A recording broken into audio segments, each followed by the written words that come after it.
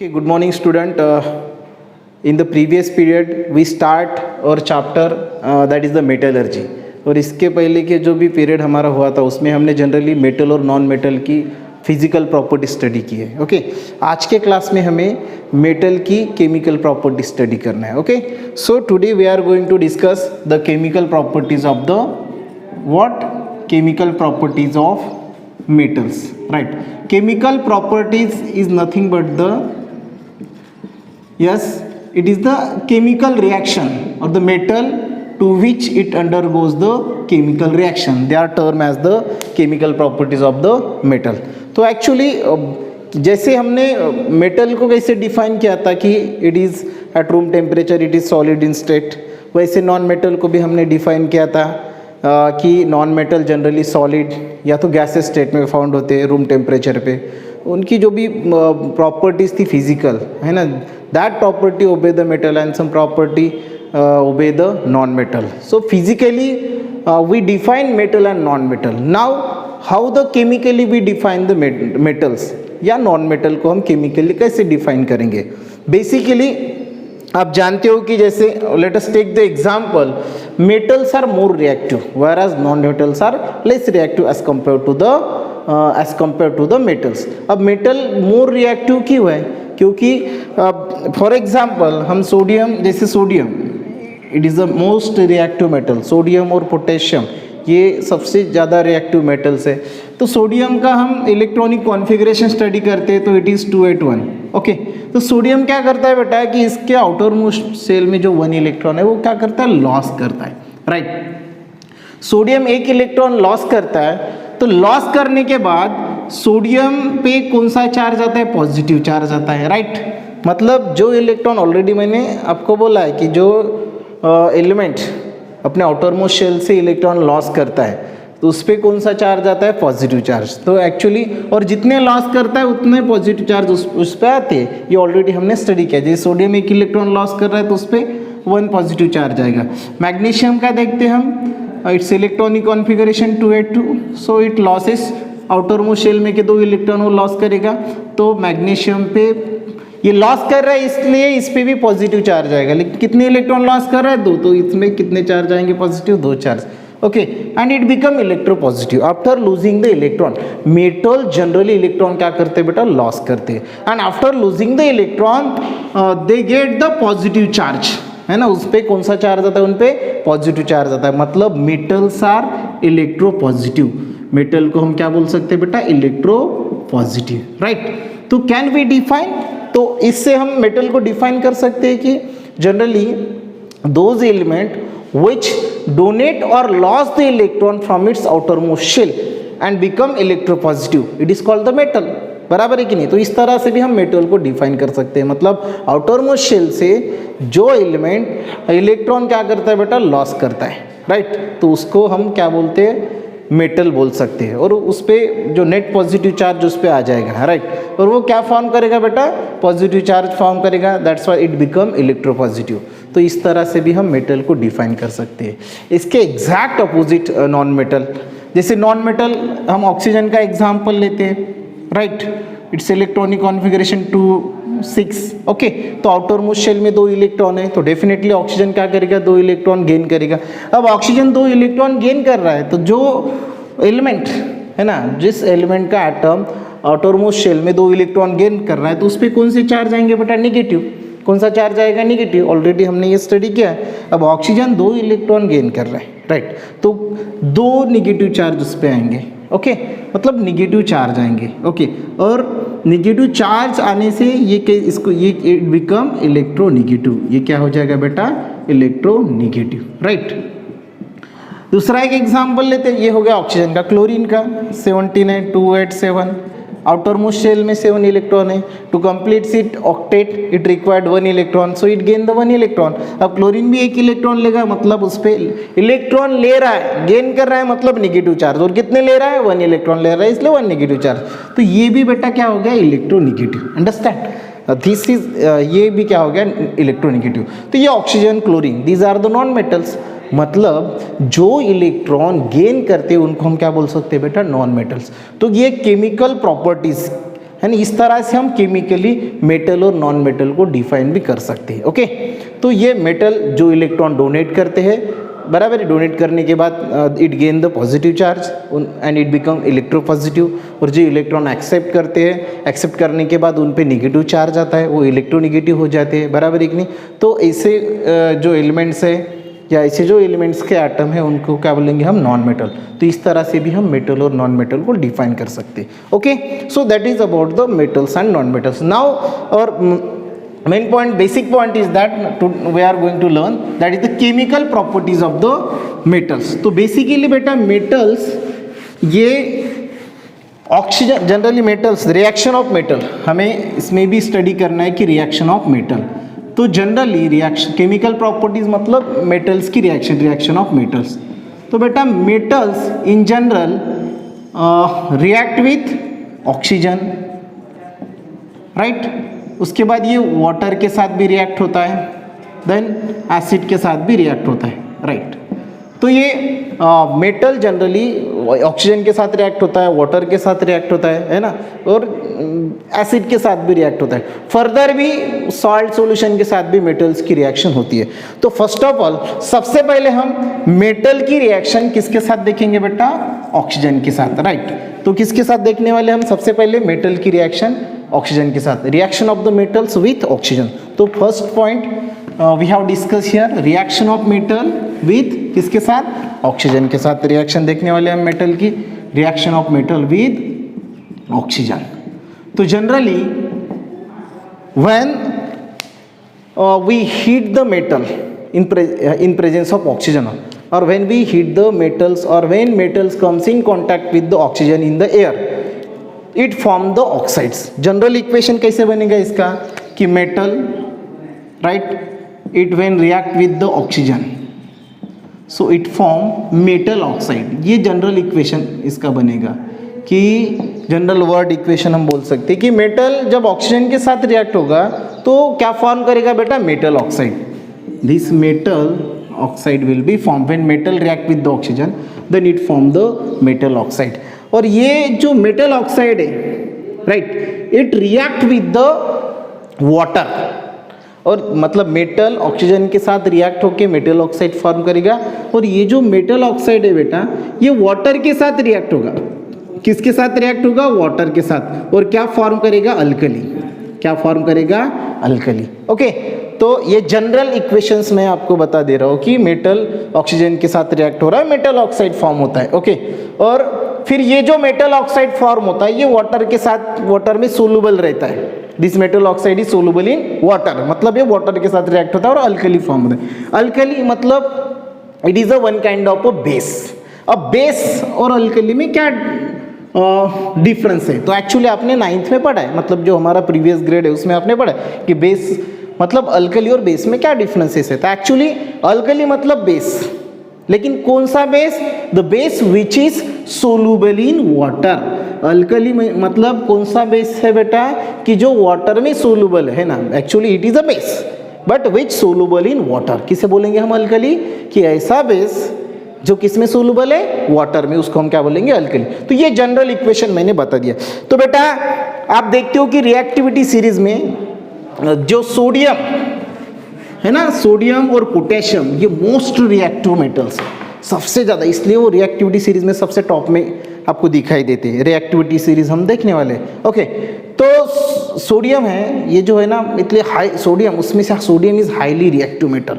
आपने देखा होगा कि लेबोरेटरी में सोडियम को जनरली हम किस में रखते हैं, केरोसिन में रखते हैं, केरोसिन बॉटल में रखते हैं, बराबर है। क्यों केरोसिन बॉटल में रखते हैं सोडियम को, इसकी रिएक्शन हम स्टडी करने वाले। तो actually sodium is a highly reactive element at room temperature when it exposes to air या ऑक्सीजन। रूम टेम्परेचर में सोडियम ऑक्सीजन के कांटेक्ट में आता है तो इट कैचेस फायर विच में कॉजेस एक्सीडेंट, तो एक्सीडेंट होने के चांसेस रहते हैं, इसलिए सोडियम को केरोसिन में रखा जाता है। अंडरस्टैंड, ऐसे फ्रीली हम सोडियम मेटल को रख नहीं सकते, लेबोरेटरी में या कहीं पे भी हम सोडियम को फ्रीली रख नहीं सकते क्योंकि it is highly reactive metal. And when it comes in contact with the oxygen even at room temperature, heat करने की भी ज़रूरत नहीं है, रूम टेम्परेचर पे यदि वो किसके कॉन्टैक्ट में आता है, ऑक्सीजन के कॉन्टैक्ट में आता है, तो ये विगरसली रिएक्ट होगा और इट कैचेस फायर, जिससे एक्सीडेंट भी होने के चांसेस हो सकते हैं। And that's why sodium is always kept in kerosene. Understand? ये क्वेश्चन हमेशा पूछा जा सकता है एग्जाम में, मतलब गिव रीजन में हमेशा क्वेश्चन, बोर्ड के जितने भी एग्जाम्स हुए उसमें अल्टरनेटिवली ये क्वेश्चन पूछा जाता है कि sodium is kept in kerosene, what are, है ना, गिव रीजन, ऐसा क्वेश्चन पूछा जाता है बेटा।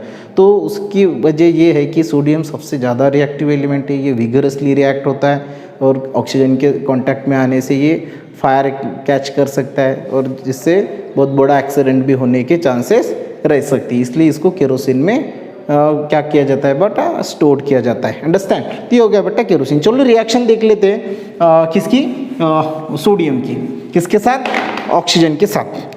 तो सोडियम राइट किसके साथ रिएक्ट हो रहा है, ऑक्सीजन के साथ। क्या फॉर्म होता है, general equation metal oxide. Okay, तो मेटल ऑक्साइड मतलब सोडियम Na2O, ये हो गया मेटल ऑक्साइड मतलब सोडियम ऑक्साइड। क्या नाम देंगे इसको, सोडियम ऑक्साइड। ओके, कौन किसके साथ रिएक्ट हो रहा है, चलो नाम लिख लेते हैं। ये बेटा तुम्हारा sodium metal, which is solid in state, it is gaseous in state.